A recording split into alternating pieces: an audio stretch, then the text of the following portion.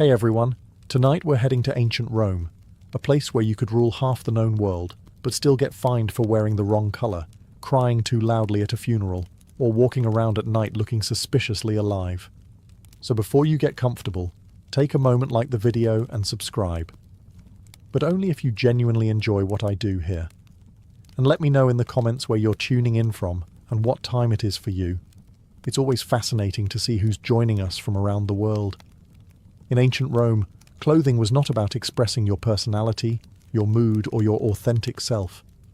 It was about broadcasting one very important message: how much trouble you could legally cause. Fashion was not art. It was a warning system. And the loudest warning of all was purple. Purple dye was so expensive it bordered on parody.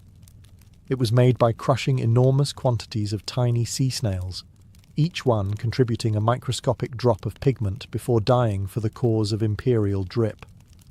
Thousands of snails for a single garment. The process smelled awful, took forever, and required trade routes stretching across the Mediterranean. Wearing purple was essentially walking around saying, "I own resources you will never emotionally recover from." Naturally, Rome decided this colour needed rules.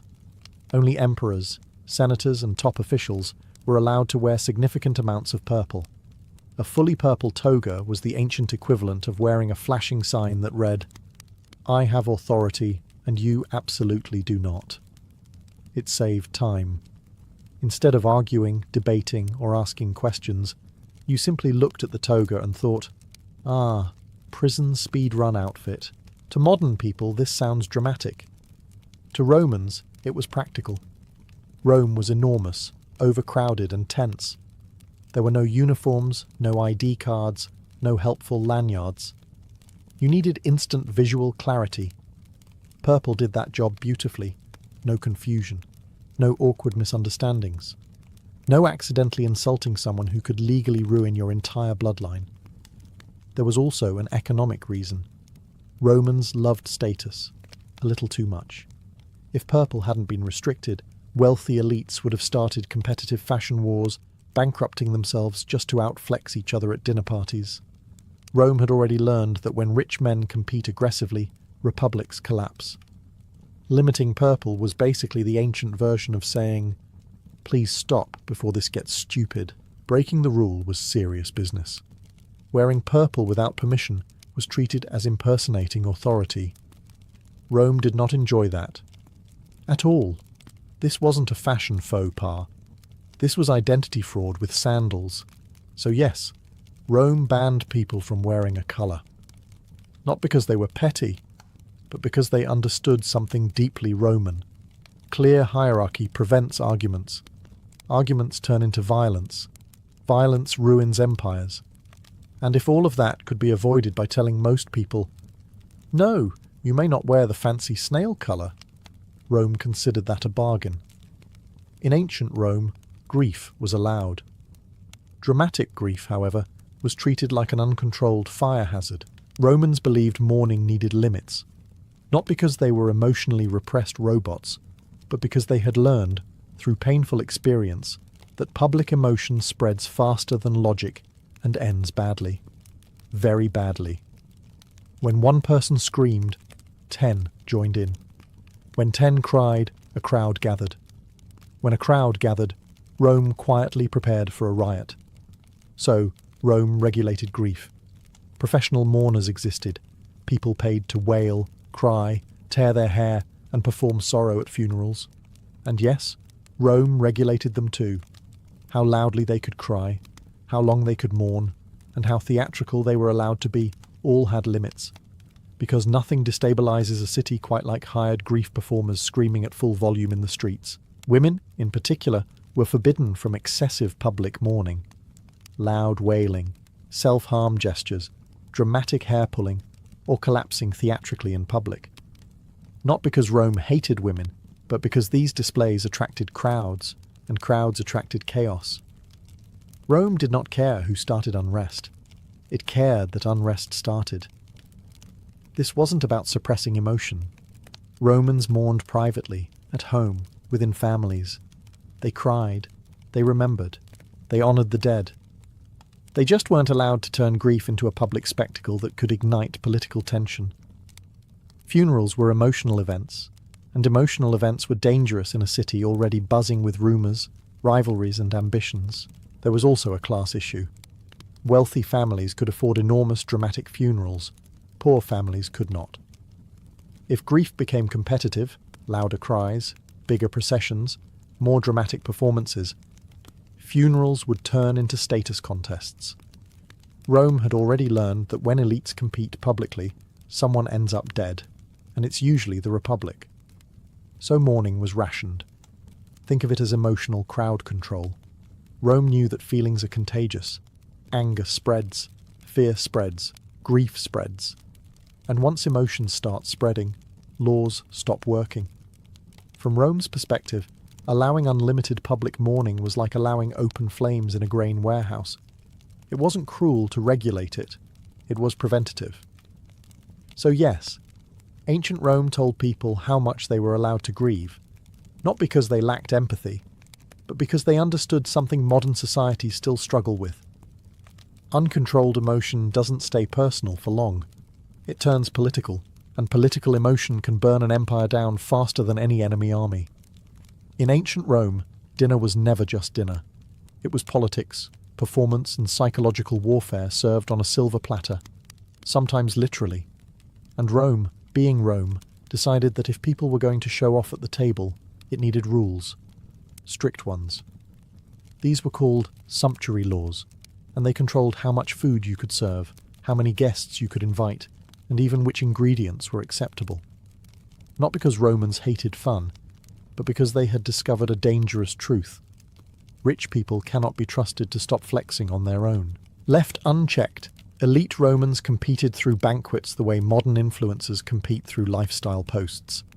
Bigger feasts, rarer foods, more exotic imports, louder displays of, "I am doing better than you." This wasn't harmless indulgence. It ruined families. Senators bankrupted themselves trying to keep up appearances, then tried to recover financially by doing things like bribery, corruption, and lightly destabilizing the state. Rome had already seen this movie, and it didn't like the ending. So the government stepped in and said, "You may host a dinner, but it will be a reasonable dinner." There were limits on meat consumption, luxury items, and extravagance, especially during certain times of year.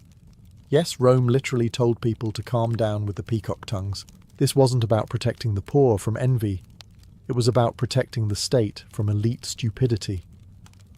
When powerful families started competing socially, alliances fractured, debts mounted, and politics turned toxic. Rome understood that the fastest way to destroy a republic was to let its elites spiral into status addiction. There was also a moral angle, or at least Rome's version of one. Excessive luxury was seen as weakening discipline. Soft men made bad leaders, and nothing screamed soft like needing 7 courses just to feel important. Of course, Romans hated these laws. They complained constantly. They found loopholes. They reclassified foods. They hosted technically legal dinners that were absolutely not in the spirit of the law. Rome passed new regulations. The rich ignored them again. This dance continued for centuries. But the intent was always the same. Stop turning dinner into a political arms race.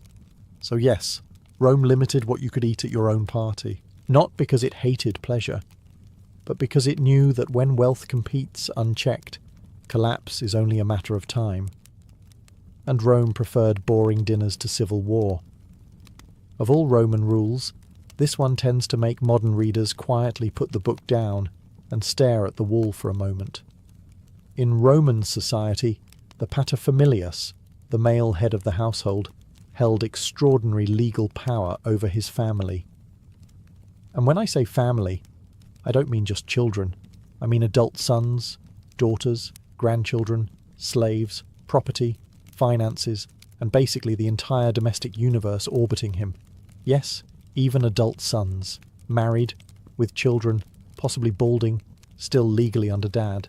This authority included control over finances, marriages, careers, and in the earliest periods, even life and death decisions, which sounds horrifying, and sometimes was. But Rome didn't arrive at this system by accident. It was the result of deep fear. Fear of disorder.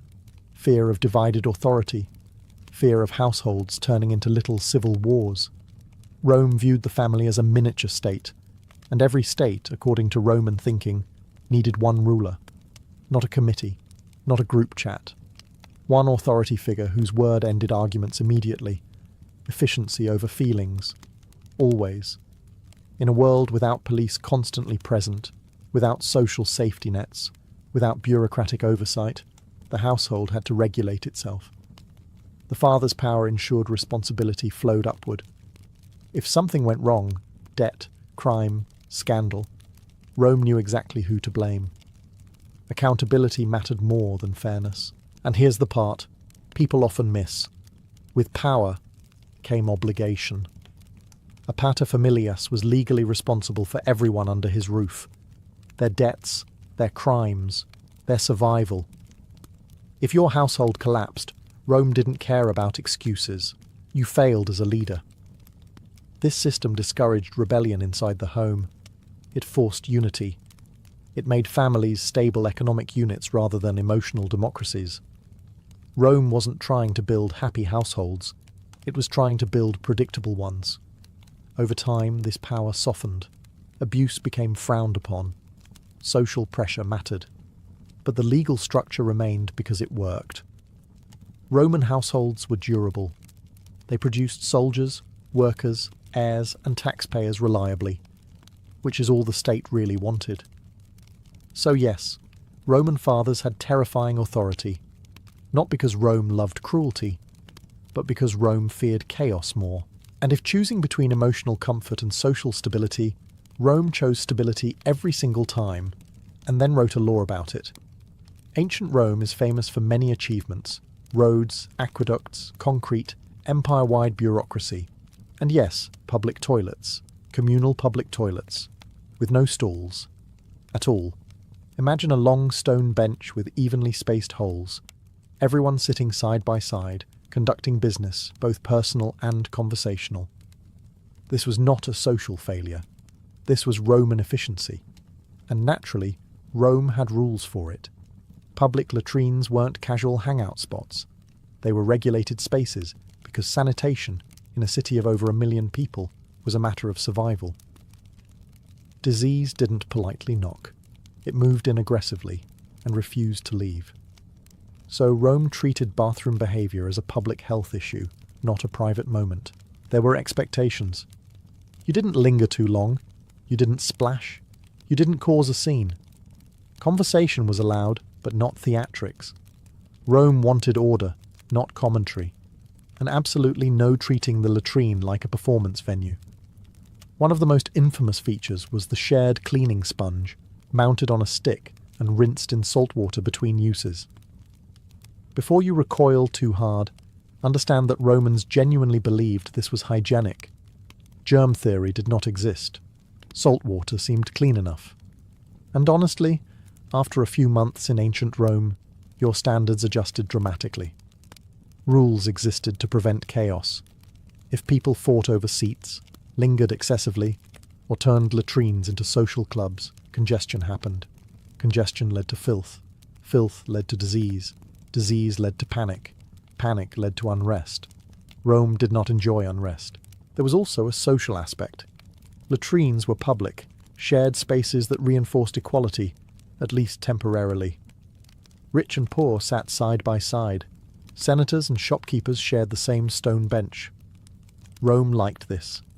It reminded citizens that despite hierarchy, everyone participated in the same systems. And yes, even bodily waste was regulated. Human waste was valuable, used in tanning, cleaning clothes, and agriculture. Stealing waste from latrines could actually get you fined. Rome did not waste waste. To modern people, Roman toilets sound horrifying. To Romans, they were marvels of infrastructure. Running water, drainage, organization, rules. Rome didn't care about your comfort. It cared that its citizens didn't die of preventable illness. So yes, ancient Rome told people how to behave in the bathroom. Not because it was intrusive, but because without rules, Even civilization itself starts to smell terrible. In ancient Rome, nighttime was not romantic. It was not mysterious. It was not for leisurely strolls beneath the moon. Nighttime was when bad decisions clocked in for their shift. Once the sun went down, Rome became a very different city. Streets were poorly lit. Buildings were tightly packed. Fires spread easily. Criminals thrived. And political conspiracies loved the dark the way mosquitoes love exposed skin. So Rome did what Rome always did when faced with danger. It assumed you were guilty until daylight proved otherwise. Walking around at night made you suspicious by default. Patrols watched the streets, guards questioned people, and if you were out late without a very good reason, Rome assumed you were either planning something illegal or already halfway through it. This wasn't paranoia. It was pattern recognition. Most fires started at night, when people used lamps and torches indoors. Most thefts happened at night, when shops were closed and streets were empty. Most assassinations, ambushes, and secret meetings happened at night, when witnesses were scarce and shadows were cooperative. Rome responded by discouraging nighttime movement altogether. If you had to be out, you needed a reason. Work, emergency, official business. Wandering aimlessly was not considered a valid excuse. Rome did not believe in just going for a walk to clear my head. Night watchmen carried authority, and resisting them was a very bad idea. Rome preferred to inconvenience innocent people rather than allow criminals freedom. This was a recurring theme. There was also a fire risk. Rome burned frequently, catastrophically frequently. Entire neighborhoods could vanish overnight. Limiting nighttime movement reduced the chances of accidental fires and made it easier to identify who was responsible when one inevitably happened. Even elites weren't immune. Senators moved with escorts. Wealthy citizens stayed indoors. Darkness equalized everyone, and Rome hated uncertainty. To modern people, this feels oppressive. To Romans, it felt logical. The city was too big, too crowded, and too volatile to trust darkness. The night was unpredictable, and unpredictability was Rome's greatest enemy. So yes, Rome treated nighttime walkers with suspicion, not because it hated freedom, but because it understood something deeply uncomfortable. Most disasters don't announce themselves. They happen quietly, after dark. And Rome preferred to be rude than surprised. In ancient Rome, suicide was not automatically illegal. That might surprise you. What was illegal, however, was deciding to die without first filling out the appropriate paperwork. Rome was many things, but spontaneous self-destruction was not one of them. If a Roman citizen wished to end their life, they were expected to submit a formal request to the authorities explaining why. Illness, irreversible disgrace, terminal suffering, loss of honor. These were considered acceptable reasons. I had a bad week was not. To modern ears, this sounds cruel. But to Rome, it was administrative common sense. Every Roman citizen existed inside a web of obligations. Families depended on them. Debts were tied to them. Inheritances flowed through them. Political alliances relied on them. If someone died suddenly, especially by their own hand, the consequences rippled outward. Legal chaos, disputed estates, angry creditors, confused heirs, and occasionally violence. Rome hated chaos more than death. By forcing people to explain themselves, the state filtered impulsive decisions from irreversible ones. Many petitions were denied, not because Rome wanted people to suffer, but because Rome understood something timeless. Humans make terrible choices when overwhelmed. Requiring approval added delay. Delay added reflection. Reflection saved lives. There was also a legal incentive. If someone committed suicide without approval, their property could be confiscated by the state. Families lost inheritance. Debts remained unpaid. Rome made it very clear, dying irresponsibly was financially rude. On the other hand, approved suicides were handled with dignity. Property was protected. Families were spared legal punishment. Society acknowledged the decision as tragic but orderly. Rome preferred sadness with paperwork over chaos without it. And yes, there was a darker motivation.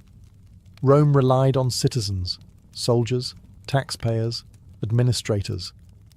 Letting people remove themselves freely weakened the system. A state that allowed unrestricted self-destruction was, in Rome's eyes, a state slowly bleeding itself out. So suicide was tolerated, but only when it fit Rome's definition of reason. To us it feels invasive. To Rome it was preventative maintenance. Rome did not ask, "Are you suffering?" It asked, "Will this destabilize everything?" And if the answer was yes, the answer to you was no. In ancient Rome, what women wore was not considered a personal choice.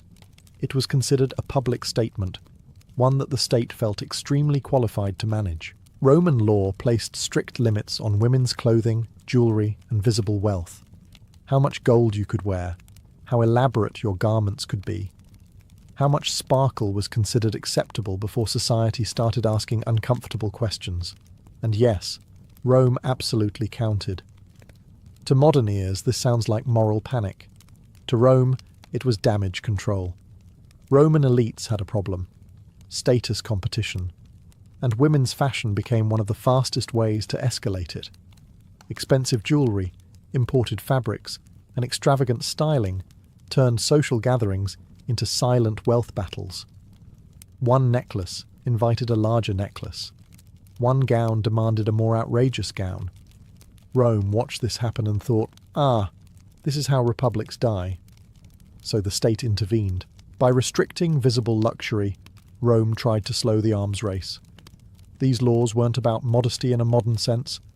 They were about preventing elite families from bankrupting themselves trying to look superior at dinner parties. Rome had already seen enough politicians ruin their finances and then mysteriously recover through corruption. There was also a social clarity issue. Rome relied heavily on visual hierarchy. Clothing signaled marital status, social rank, and moral expectations. A married woman dressed modestly was seen as stable and respectable. Excessive display suggested independence, and independence made Rome nervous. Rome didn't fear women, it feared unpredictability. Jewelry limits also protected families economically. Gold worn in public was literally walking wealth. Theft, envy, and resentment followed. Rome preferred that wealth stay discreet, locked away, accounted for, and taxable. Naturally, Roman women hated these laws. They bent them. They layered jewelry creatively. They found loopholes. They borrowed. They exaggerated hairstyles instead. Roman men complained loudly, then quietly admired the results. Lawmakers passed new restrictions. Everyone ignored them again. This cycle continued for centuries. But the intent never changed. Rome wasn't trying to erase women from public life. It was trying to keep status competition from turning social life into a financial bloodsport. To Rome, regulating women's appearance was regulating social pressure itself, and in a society obsessed with order, pressure was something you controlled, or it controlled you. So yes, Rome told women what they were allowed to wear, not because it hated beauty, but because it feared what unchecked beauty did to politics. To modern audiences, gladiators look like ancient superstars. Crowds cheered their names. Graffiti praised them. People collected souvenirs with their images. Some even inspired obsessive fandom that would feel familiar to anyone who has ever seen a comment section lose its mind. But in ancient Rome, the law took one long look at gladiators and said, absolutely not. Despite their fame, gladiators were legally classified as infames, dishonorable persons. This meant they lost many basic rights. They could not vote. They could not hold office. Their testimony in court was limited. Legally speaking, they were closer to criminals than celebrities. Which seems confusing until you remember that Rome hated mixed signals. Gladiators were violent by profession. They killed or were killed for entertainment. Rome understood the danger of glorifying that too much. If people started seeing gladiators as heroes rather than performers, you risked normalizing violence outside the arena. And Rome preferred its violence organized, scheduled, and ticketed. The dishonor status served as a psychological firewall. Yes, you could admire their skill. Yes, you could cheer. But no, you could not aspire to be them in any socially respectable way. Rome wanted admiration without imitation. There was also a class concern. Gladiators often came from enslaved people, prisoners, or the poor. If successful fighters gained full honor, social mobility would accelerate in unpredictable ways. Rome was many things, but flexible about hierarchy was not one of them. Even free men who volunteered to become gladiators were legally degraded. By stepping into the arena, they agreed to lose status. Rome made sure this choice came with consequences. You could gain money, fame, and attention, but you would lose dignity in the eyes of the law. No refunds. This prevented a flood of ambitious young men from abandoning military or civic careers to chase arena glory. Rome needed soldiers and administrators more than it needed influencers with swords. And yet, the contradiction remained. Romans loved gladiators. They fantasized about them. They gossiped about them. They scraped sweat from their bodies to use as cosmetics. Yes, really. Rome simply refused to let that admiration translate into power. So gladiators lived in a strange limbo, adored by the crowd, dismissed by the law, famous but untouchable, celebrated but contained. Rome understood something deeply uncomfortable. If you reward spectacle with status, spectacle eventually replaces governance. And Rome was not about to let a man with a helmet and a trident run the state. In ancient Rome, religion was not a private matter of personal belief. It was a public safety system. And if you failed to uphold your end of the deal with the gods, Rome treated it less like a spiritual mistake and more like negligent endangerment. Romans believed their relationship with the gods was transactional. You perform the ritual correctly, the gods maintain order. You mess it up, the gods get annoyed, and suddenly the city is on fire. Crops are failing, and everyone is asking who angered Jupiter this week. So Rome enforced religious contracts. Public officials were required to perform sacrifices, prayers, and rituals with obsessive precision. Wrong words, wrong timing, wrong animal, wrong hand gesture. Any of it could invalidate the ritual. And if a ritual was invalid, it had to be repeated immediately, because half-pleasing a god was considered worse than not trying at all. Private citizens weren't off the hook either. Vows made to the gods were legally binding. If you promised a deity something and failed to deliver, you could be fined, shamed, or punished. This wasn't superstition from Rome's perspective. It was risk management. Rome had no meteorologists, no epidemiology, no disaster forecasting. When something went wrong, divine displeasure was the most logical explanation available. And when the explanation is divine anger, enforcement becomes urgent. This system also served a political function. Religion unified the population around shared rituals. It created predictability. Everyone knew when festivals occurred. Everyone knew what sacrifices meant. Everyone knew that if things went badly, someone had failed to follow protocol, and that someone would be investigated. Importantly, Rome didn't care what you believed in your heart. Belief was optional. Participation was mandatory. You could privately doubt the gods all you wanted, as long as you publicly performed the rituals correctly. Rome valued behavior over belief, a very Roman approach. Breaking religious contracts threatened collective confidence. If people believed the gods were displeased, panic followed. Panic led to unrest. Unrest led to instability. Rome did not enjoy instability. So yes, Rome punished people for upsetting invisible beings, not because Rome was irrational, but because Rome understood that shared belief systems, however strange, hold societies together. To Rome, keeping the gods happy was not theology, it was infrastructure. In ancient Rome, words were not harmless. They were dangerous tools, sharp, contagious, and fully capable of burning the city down without ever lighting a fire. Rome understood something modern societies often relearn the hard way. One convincing speaker in the wrong place at the wrong time can do more damage than an army. So Rome watched public speech very closely. You could not simply stand in a public space and start addressing a crowd. That wasn't free expression. That was suspicious behavior.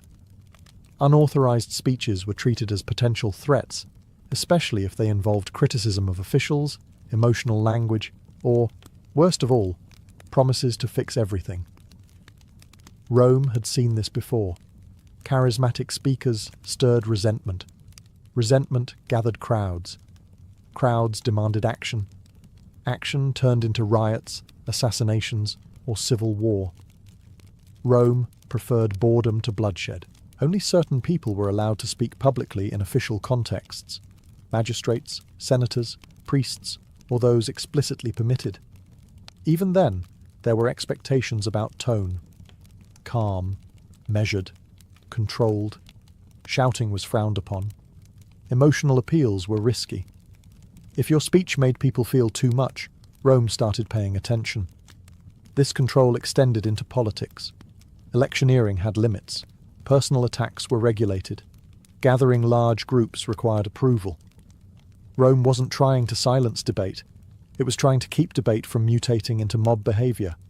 And Rome absolutely distrusted spontaneous crowds. If people suddenly gathered around a speaker, authorities assumed something was wrong. No one thought, an inspiring talk. They thought, who is manipulating whom? There was also a class dimension. The elite were trained in rhetoric. The masses were not. Allowing unrestricted public speaking risked giving influence to people who were persuasive but not invested in maintaining order. Rome didn't mind ideas. It minded unpredictable influence. This is why Roman leaders often spoke from elevated platforms, in designated spaces, at approved times. Structure mattered. Control mattered. The city was already loud enough. So yes, Rome regulated who could speak, where, and how. Not because it hated speech, but because it feared what speech could become once emotions took over. Rome trusted law, it distrusted crowds, and it never forgot that revolutions often begin with someone saying, "Hear me out." In ancient Rome, adultery was not treated as a private relationship issue. It was treated as a public threat. Rome did not ask, "Are you happy?" Rome asked, "Will this cause legal chaos in 3 generations?" Under Roman law, adultery was a crime. Not because Romans were moral Puritans, but because they were obsessed with lineage, inheritance, and social clarity. Who fathered which child mattered enormously. Property, citizenship, family alliances, and political futures all depended on knowing exactly whose bloodline continued where. Adultery introduced uncertainty, and Rome hated uncertainty. If a married woman had an affair, the question wasn't romance. The question was legitimacy. Whose child is this? Who inherits the estate? Which family gains power? Which family loses it? One affair could unravel generations of legal planning. Rome preferred to shut that down immediately. Men, of course, were treated differently, because Rome. Affairs with enslaved people or prostitutes were generally tolerated, since they did not threaten inheritance lines. Hypocritical? Absolutely. Consistent with Roman priorities? Completely. Adultery involving a married woman, however, triggered legal consequences. Husbands were expected to act. Fathers had rights to intervene. Courts got involved. This wasn't about heartbreak. It was about restoring order before gossip turned into lawsuits, and lawsuits turned into violence. There was also a political angle. Elite marriages were strategic alliances. Affairs threatened those alliances. If one family felt dishonoured, retaliation followed. Rome had enough civil wars already. It didn't need domestic scandals escalating into political bloodshed. Public enforcement also served as deterrence. By making adultery visible and punishable, Rome discouraged risky behaviour that could destabilise households. The message was simple. Romance is your business, but lineage is Rome's business. And yes, Romans gossiped endlessly about adulterers. Public trials were spectacles. Reputation mattered. Shame was a tool. Rome used it liberally. To modern people, this feels invasive. To Romans, it was preventative law. Rome didn't criminalize desire, it criminalized uncertainty. Because in a society built on inheritance, names and family power, not knowing who belonged where was far more dangerous than hurt feelings. And Rome, as always, chose stability over sympathy. In ancient Rome, death was inevitable, but turning it into a competitive sport was strongly discouraged. Romans took funerals seriously. Very seriously. So seriously, in fact, that they decided to regulate them. Because left unchecked, funerals had a bad habit of spiraling into loud, expensive, emotionally charged performances that solved absolutely nothing and destabilized everything. Funerals were public events. Processions moved through the streets. Mourners gathered. Speeches were made. Emotions ran high. And Rome had learned, through repeated unpleasant experiences, that whenever money, grief, and crowds mix, things get messy fast. Wealthy families, especially, had a tendency to turn funerals into status displays. More mourners, more musicians, more professional wailers, more expensive coffins, more everything. The dead were no longer being honoured. They were being used as props in a social competition between families who really needed to calm down. So Rome stepped in. Funeral laws limited how much money could be spent, how many mourners could attend, how elaborate the procession could be, and even how much gold could be buried with the deceased. This wasn't about disrespecting the dead. It was about stopping grief from becoming political theatre. There was also an economic concern. Lavish funerals bankrupted families. Debts followed. Debts led to resentment. Resentment led to lawsuits, feuds, and occasionally people showing up with knives. Rome preferred that mourning end with tears, not litigation. Public emotion was another issue. Large funerals attracted crowds. Crowds became agitated. Agitated crowds started listening to speeches. Speeches turned emotional. Emotional speeches turned political. And suddenly, Rome had a protest disguised as a funeral. Rome had seen this before. It did not enjoy it. Limiting funeral extravagance kept death private, controlled, and predictable. It ensured that grief remained a family matter, not a citywide event that could trigger unrest. Of course, Romans complained endlessly. The wealthy hated being told how to spend their money. Families bent the rules. They exaggerated quietly. They held modest funerals that were absolutely not modest. Rome passed new regulations. Everyone pretended to listen, but the intent never changed. Rome didn't fear death. It feared what people did with death when given a stage. And in a city already overflowing with drama, Rome decided that mourning did not need a spotlight. In ancient Rome, freedom was real, but it came with terms and conditions. Very Roman terms and conditions. When a slave was freed, they did not simply walk off into the sunset as a fully independent citizen with no strings attached. Instead, they became a freedman or freedwoman, legally free but still bound by obligations to their former master, now politely renamed their patron. Same relationship, better branding. To modern ears, this sounds suspiciously like freedom with homework. To Rome, it was a brilliant compromise. Rome relied heavily on slavery. Freeing large numbers of enslaved people too quickly, with no structure, risked social chaos. Suddenly, you would have thousands of new citizens with no resources, no support networks, and no loyalty to existing power structures. Rome did not enjoy surprises. So the patron-client system stepped in. Freed people owed their former masters loyalty, respect, and often services. They might be expected to work for them, support them politically, or assist them economically. In return, patrons provided protection, legal help, and social access. It was dependence, yes, but it was stable dependence. Rome preferred gradual change over sudden disruption, always. This system also protected freed people. Without patrons, newly freed individuals would have been vulnerable to exploitation, poverty, and violence. Rome did not offer social safety nets. Your safety net was relationships. Patronage gave freed people a place in society, even if it wasn't perfect. There was also a political reason. Patrons gained loyal supporters. Freedmen voted, campaigned, and reinforced their patrons' influence.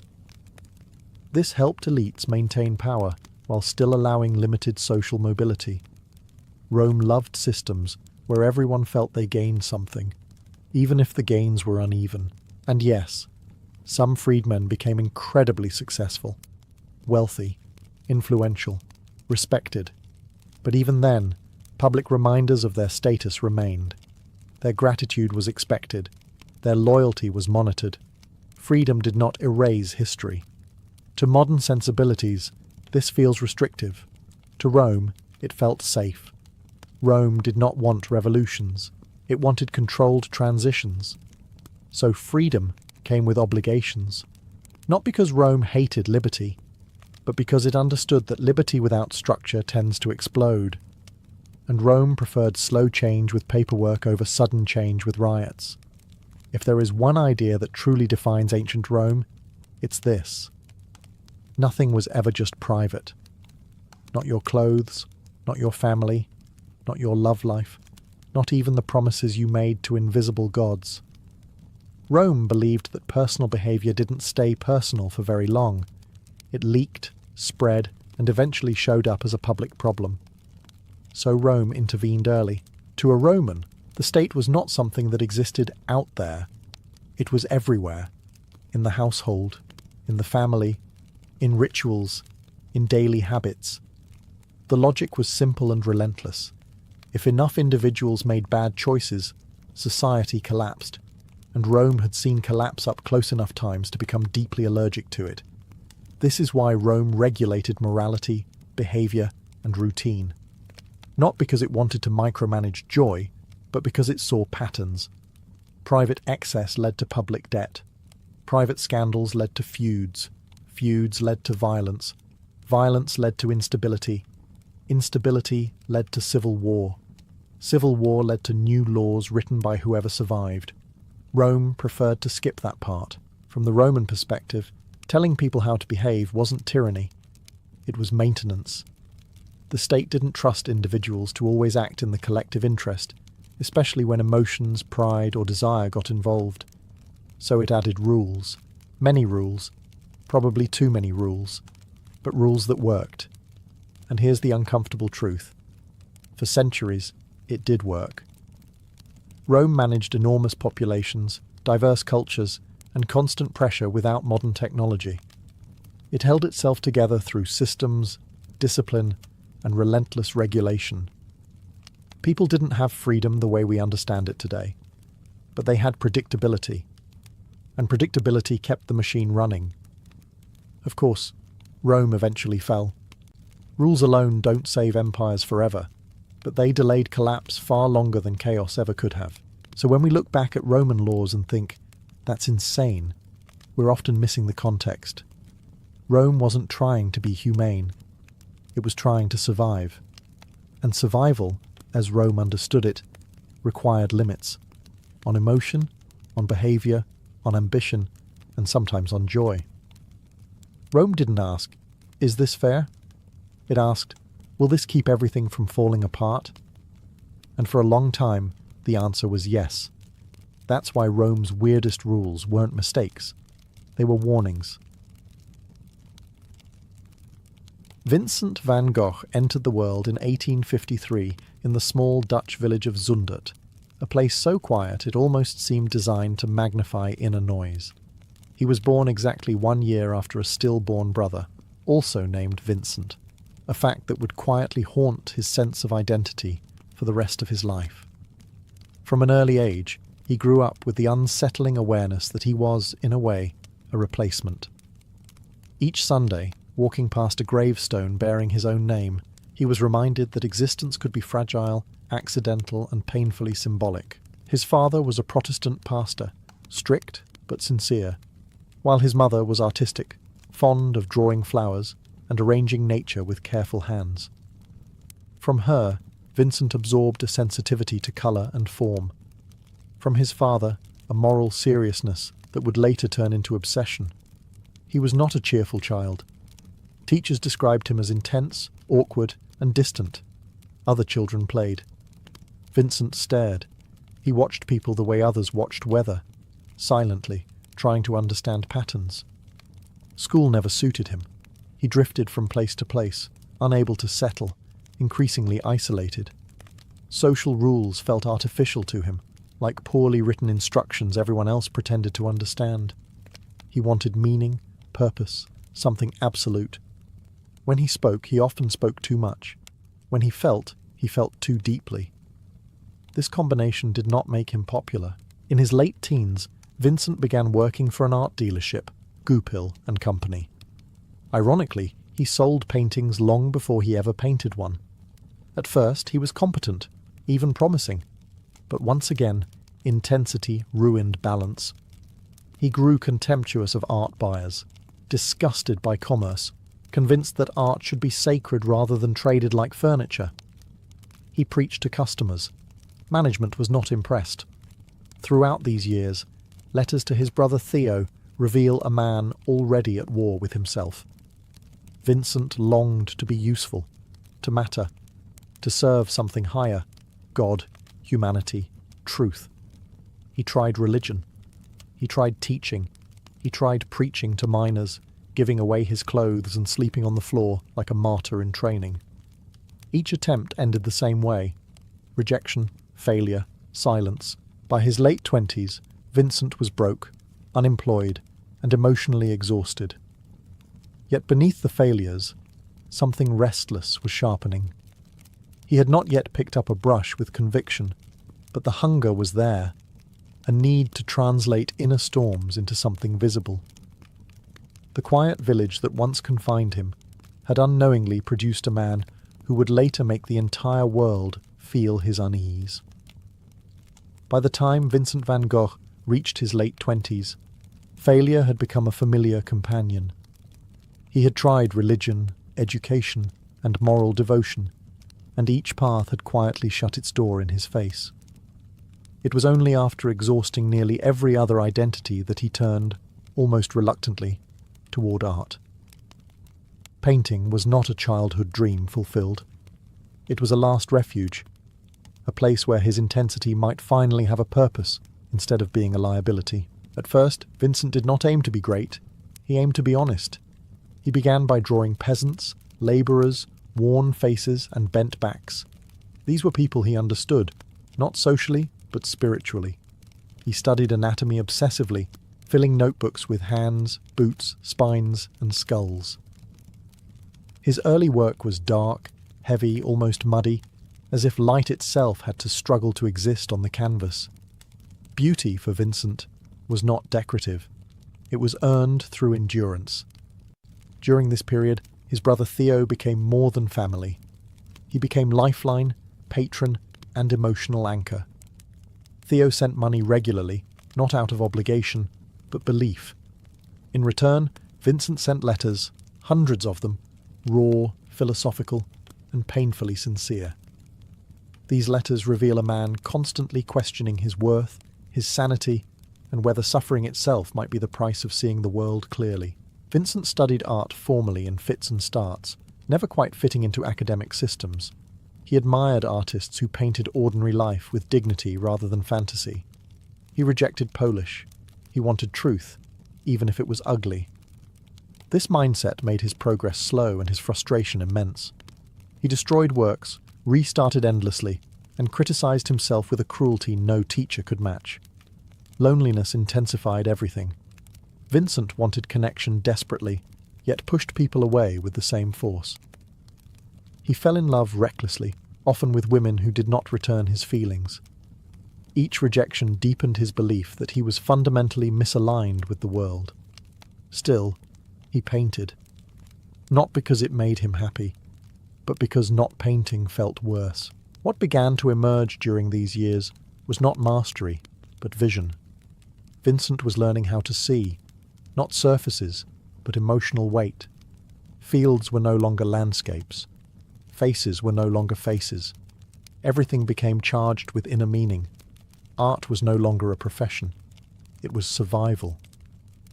The real transformation in Vincent's art began when he left the grey skies of the north and moved south to Paris.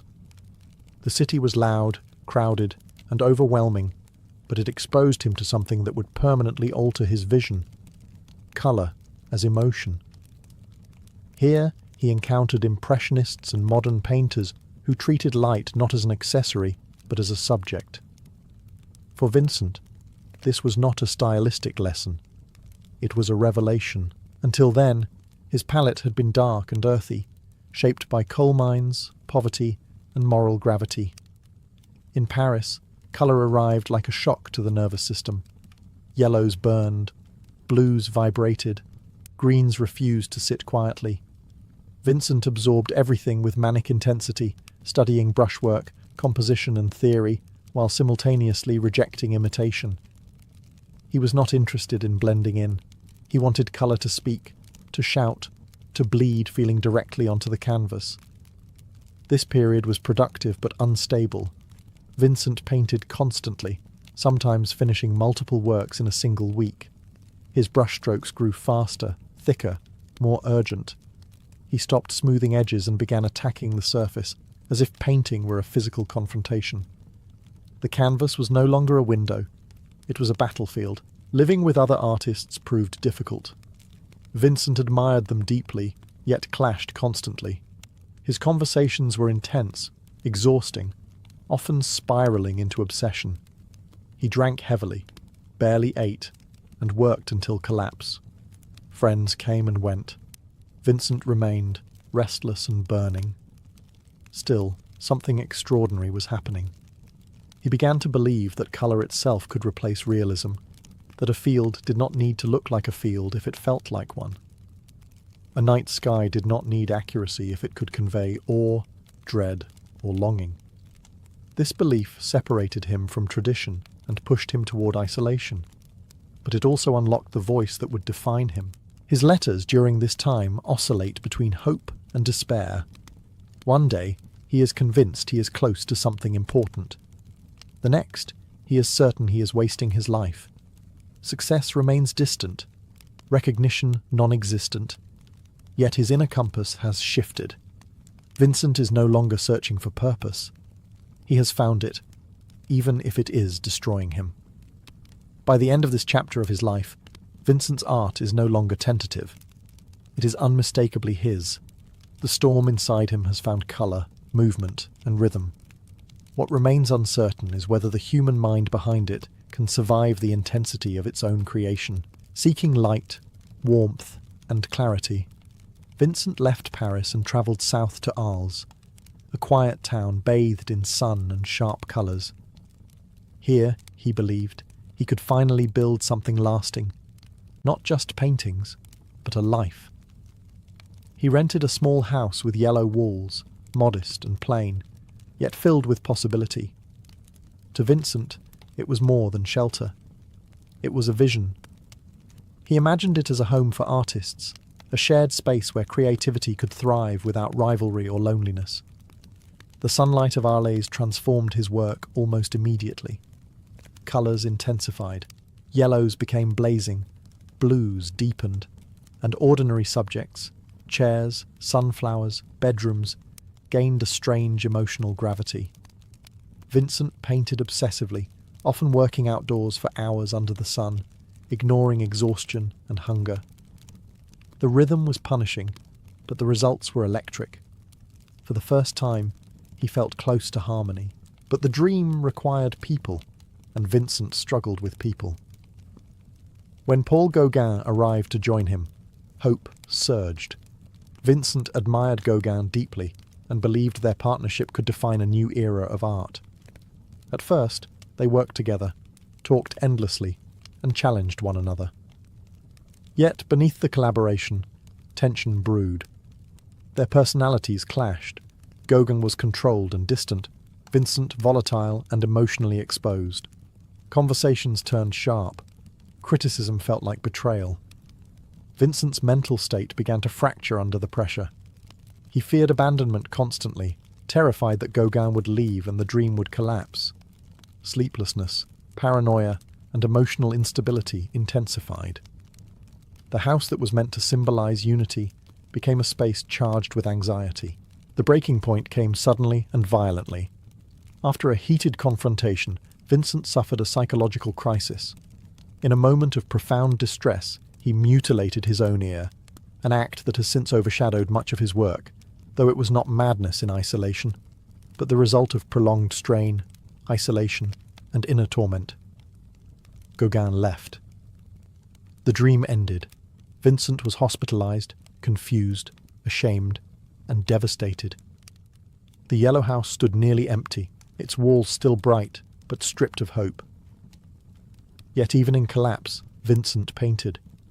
From hospital rooms and moments of clarity, he continued to work, translating suffering into form. Arles gave him his most vivid colours and his deepest wounds. The dream of belonging had failed, but it revealed something brutal and undeniable. Vincent could not escape himself. All he could do was paint what lived inside. After the collapse in Arles, Vincent voluntarily entered the asylum at Saint-Remy, a former monastery surrounded by olive groves and stone corridors that echoed with quiet suffering. It was a place meant to contain chaos, not cure it. Yet for Vincent, confinement brought a strange, fragile order.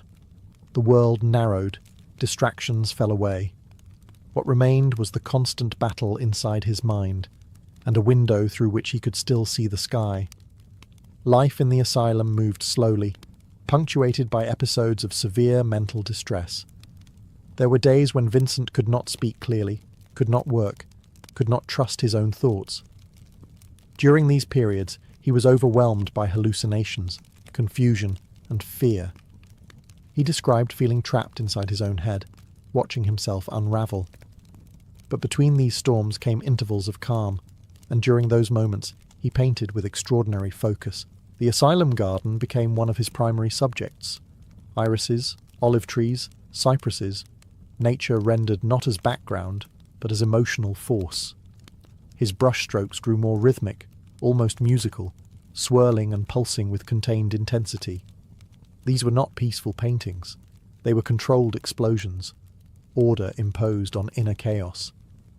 From his small room, Vincent painted the view outside his barred window.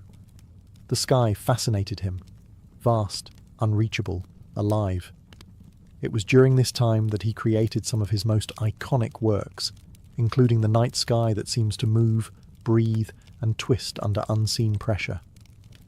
These paintings were not fantasies.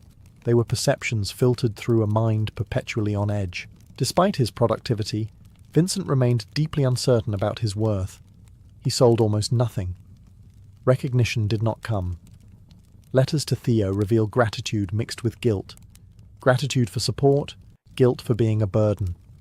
He worried constantly that his illness made him useless, that his art was compensation rather than contribution. Yet something remarkable occurred within those walls. Vincent began to understand that painting did not require happiness. It required honesty. The asylum stripped away illusions of normal life, leaving him with nothing but sensation, memory, and feeling. And that was enough. Saint-Remy did not heal Vincent, but it gave him structure long enough to create work that feels timeless, precisely because it was born from instability. He was not painting despite his suffering. He was painting through it, moment by moment, storm by storm. After a year inside the asylum, Vincent was released into the care of a physician near Paris, settling in the quiet village of Auvers-sur-Oise. On the surface, this move signalled recovery.